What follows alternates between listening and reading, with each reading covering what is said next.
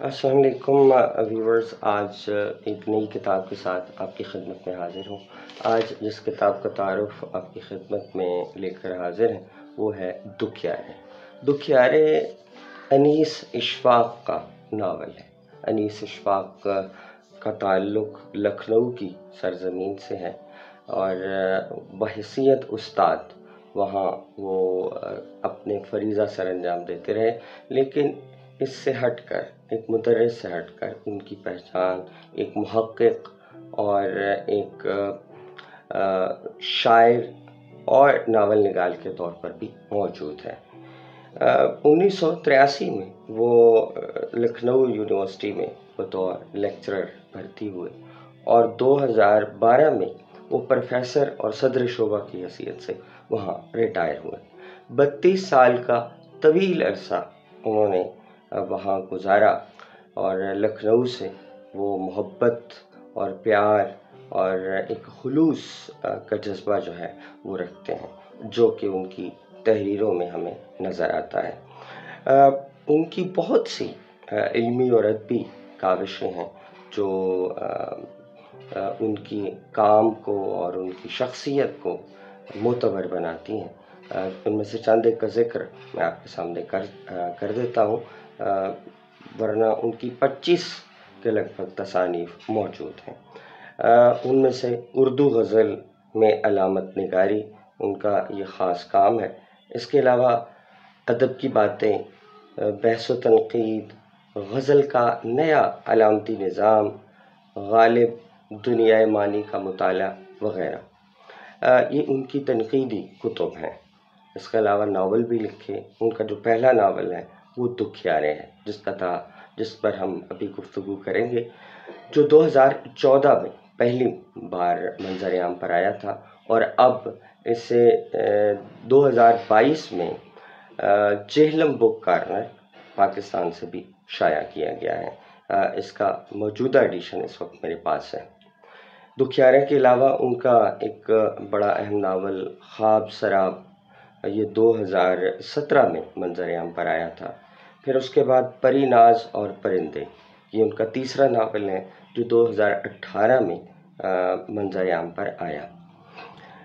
اس کے علاوہ ناول نگاری کے علاوہ ان کے افسانے بھی منظر عام پر آئے اور ان کا ایک افسانوی مجموعہ کتبے پڑھنے والے کے عنوان سے بھی موجود ہے۔ اس کے علاوہ کراچی کے حوالے سے ان کا ایک سفر نامہ بھی ہے، در شہر دوستاں کے نام سے، اور پھر نیر مسعود سے ان کا خاص لگاؤ ہے، اور نیر مسعود اور انیس اشفاق میں یہ بات مشترک ہے کہ دونوں لکھنؤ کے شہر سے اور لکھنوی جو تہذیب ہے اس سے جنون کی حد تک محبت رکھتے ہیں۔ سو نیر مسعود ہمہ رنگ ہمہ دان کے نام سے ان کی کتاب منظر عام پر آ چکی ہے۔ اس کے علاوہ اور بہت سی کتب ہیں کہ جن کا اگر ذکر کیا جائے تو خاصا وقت درکار ہوگا۔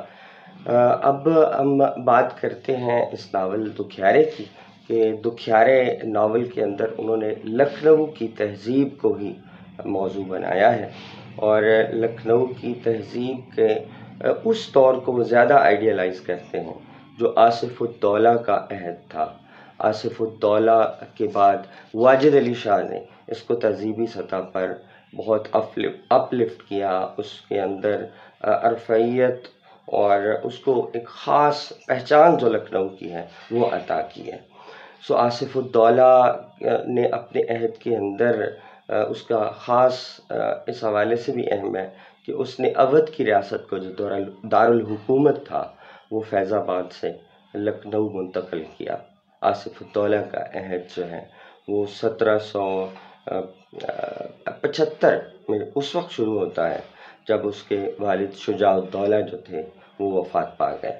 اس کے بعد انہوں وہاں قحط پڑا اور قحط کے نتیجے میں انہوں نے وہاں کنسٹرکشن کا، عمارتیں بنانے کا کام شروع کیا تاکہ لوگوں کو روزگار میسر آئے۔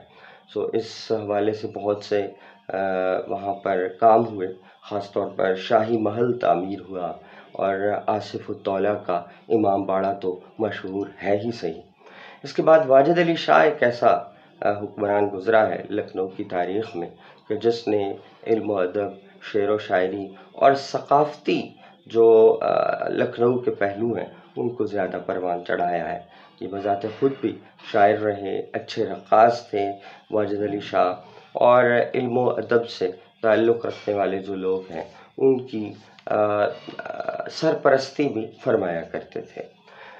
تو اس عہد کے یعنی خاص طور پر اس دو جو عہد ہے، آصف الدولہ کا عہد اور واجد علی شاہ کا عہد، اس کو انیس اشفاق نے اس ناول کے اندر آئیڈیالائز کرنے کی کوشش کی ہے۔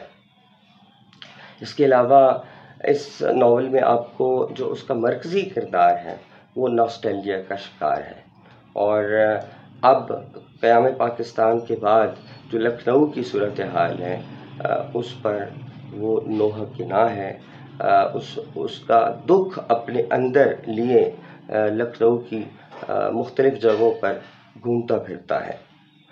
اس کا جو مرکزی کردار ہے اس کا نام ذاکر ہے، جو ناول کا راوی بھی ہے اور اس ناول کے اندر بطور کردار بھی موجود ہے۔ ذاکر سب سے چھوٹا بھائی ہے جو اپنی ماں کی وفات کا قصہ جو ہے وہ بیان کر رہا ہے، لیکن اس کے ساتھ ساتھ جو اس کا بڑا بھائی ہے جو ایک خاص طرز کی ذہنی بیماری کا شکار ہے، اور وہ نارمل کردار نہیں ہے، اور اس کی جو ایب نارمیلٹی ہے وہ خاص طرز کی ہے جس کو اسیس کرنا آسان نہیں ہے۔ وہ ایک جگہ ٹھہر نہیں سکتا، اور ماں کی وفات کے بعد اس کی اس بیماری میں شدت آ گئی، لہٰذا وہ مختلف عمارتوں جو پرانی لکھنؤ کی عمارتیں ہیں، باغات ہیں، اور خاص طور پر امام باڑے جو اب خستہ ہو چکے ہیں، ان کی تعمیر کے کاموں میں بڑھ چڑھ کر حصہ لیتا ہے، ایک جگہ سے دوسری جگہ منتقل ہوتا رہتا ہے، اور اپنے بڑے بھائی کی ساتھ محبت اور وابستگی کے نتیجے میں اس کو تلاش کرتے ہوئے ہمیں پورے لکھنؤ کا حال بیان کر دیتے ہیں۔ یہ ایک منفرد تکنیک انہوں نے اپنائی ہے۔ اس کے علاوہ منجلے کا ایک کردار بھی اس کے اندر موجود ہے جو بے حسی اور کی علامت ہے، اس کو لکھنؤ کے شہر سے، اپنے رشتہ داروں سے کوئی اتنی دلچسپی نہیں ہے، لہٰذا وہ جدید عہد کے اندر جو اپنی معاشرت، اپنے فیملی سسٹم اور جو ارد گرد کا ماحول ہے اس سے انسان کی بے حسی کی علامت بن کر سامنے آتا ہے۔ ماں کا جو کردار ہے وہ بڑا اہم ہے، اس لیے بھی اہم ہے کہ جو راوی ہے وہ اپنی ماں کی وفات پر افسوس جو کر رہا ہے، دراصل اس کی ماں کی وفات نہیں ہے، وہ اس قدیم عہد کے اور خاص طور پر واجد علی شاہ کے عہد کے لکھنؤ کی تہذیبی گمشدگی کی آپ کہہ سکتے ہیں کہ ماں کی وفات اس کی علامت ہے۔ سو ماں کا مرنا دراصل تہذیب کے مرنے کے مترادف ہے، سو اس لیے ماں کا کردار ایک علامتی کردار بن کر ہمارے سامنے آتا ہے۔ پھر آپ دیکھیں تو اس ناول کے اندر آپ کو شیعہ سنی جو فسادات ہیں وہ بھی نظر آتے ہیں۔ قدیم عہد کے اندر جو شیعہ مذہب ہے وہاں آصف الدولہ کے توسط سے آیا، امام باڑے بنے، تعزیے نکلے، مجالس ہوئیں، مساجد بنائی گئیں، اور ایک خاص قسم کی تہذیب جو تھی وہ پروان چڑھی۔ اب شیعہ سنی فسادات کے نتیجے میں جو تقسیم ہندوستان ہوا تو اس کے بعد کی صورتحال میں وہ تمام تہذیب جو تھی وہ رو بہ زوال ہوتی ہوئی نظر آتی ہیں۔ سو ناول نگار کا جو کردار ذاکر ہے اس کو اس بات کا بھی دکھ ہے کہ وہ مسلمان جو مذہبی طور پر ایک دوسرے سے نفرت نہیں کرتے تھے، ایک مذہبی ہم آہنگی اس تہذیب کے اندر موجود تھی، شیعہ اور سنی ایک دوسرے کا احترام نہیں کرتے تھے، بلکہ ہندو اور مسلمان بھی ایک دوسرے کے ساتھ بھائیوں کی طرح رہا کرتے تھے، اور مذہبی رسوم میں وہ ایک دوسرے کے ساتھ محبت اور پیار اور احترام کا اظہار کرتے تھے۔ سو وہ چیزیں اب رخصت ہوتی چلی جا رہی ہیں. سو دکھیارے ایک طرح کا میں سمجھتا ہوں کہ شہر آشوب ہے کہ جس میں انیس اشفاق نے لکھنؤ کی تہذیب کے گم ہونے کا نوحہ رقم کیا ہے اپنے کرداروں کے توسط سے. اس میں ناول کے اندر رومانس بھی موجود ہے اور ذاکر جو ہے وہ شمامہ سے محبت کرتا ہے، اور جس طرح ایک تہذیبی محبت ہوتی ہے اور اس میں عاشق جو ہوتا ہے وہ اپنی محبوبہ سے ہوس کی سطح پر نہیں اترتا، اسی طرح کی محبت ہمیں اس ناول کے اندر بھی نظر آتی ہے. وہ شمامہ کو دیکھتا ہے، اس کے حسن سے لطف اندوز ہوتا ہے، لیکن اس کو معاشرتی سطح پر بدنام نہیں کرتا. اندر ہی اندر اس کی محبت جاری رہتی ہے اور بالآخر شمامہ جو ہے اس کی کہیں اور شادی ہو جاتی ہے، لیکن وہ اس کے راستے میں کہیں بھی رکاوٹ نہیں بنتا. اور جنس کا جو بیان ہے وہ ایک خاص حد سے آگے نہیں بڑھتا، جو شاید اس تہذیب کی اقدار میں یہ شامل تھا، اور اسی طرح کی محبت جو ہے وہ اس ناول کے اندر بھی ہمیں ذاکر کی شمامہ کے ساتھ نظر آتی ہے. اس کے علاوہ ذیلی کردار بھی ہیں، جیسے حکیم کا کردار ہے اور اس کے علاوہ سائرہ کا کردار ہے، ایک خالہ کا کردار ہے. وہ کردار بھی اپنی جگہ بڑے اہم ہیں اور لکھنؤ کے جو صورتحال ہے اس کی عکاسی کرتے ہوئے دکھائی دیتے ہیں. اس کے علاوہ جو انیس اشفاق کے یہاں مجھے نظر آتا ہے وہ عمارتوں کا بیان، باغات کا بیان، درختوں کا بیان، پرندوں کا بیان بڑی خوبصورتی کے ساتھ کرتے ہیں، اور پرندوں میں بھی خاص طور پر وہ کبوتر کو زیادہ آئیڈیالائز کرتے ہیں. قبرستانوں کا ذکر بھی اس ناول کے اندر موجود ہے. آپ اس ناول کو پڑھیں گے تو یقیناً لطف اٹھائیں گے.